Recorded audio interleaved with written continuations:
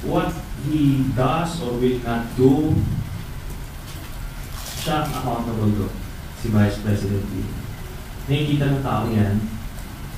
Pagka hindi siya magpakita, ibig sabihin, hindi mo talaga mapagkakatiwalaan itong tao nito.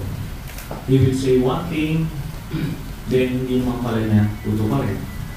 So, gano'n na lang yun. Kung ano ang gagawin niya bukas, let's say, umattend siya, we will make sure that he stays there, he sits there for at least 6 hours. And that's being generous. Kasi marami kami itatanong sa kanya. He should clear his schedule, he should cancel his appointments. Kasi talagang marami siya ipapaliwanag.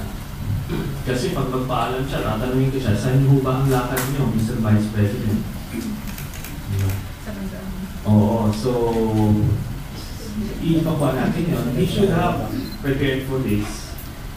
And at the same time, kung hindi naman siya attend, yun nga, para saan yung challenge na naman na kung yung mother committee daw mag-invite, attend siya. So, in-invite siya ngayon, marami na naman mga palusot.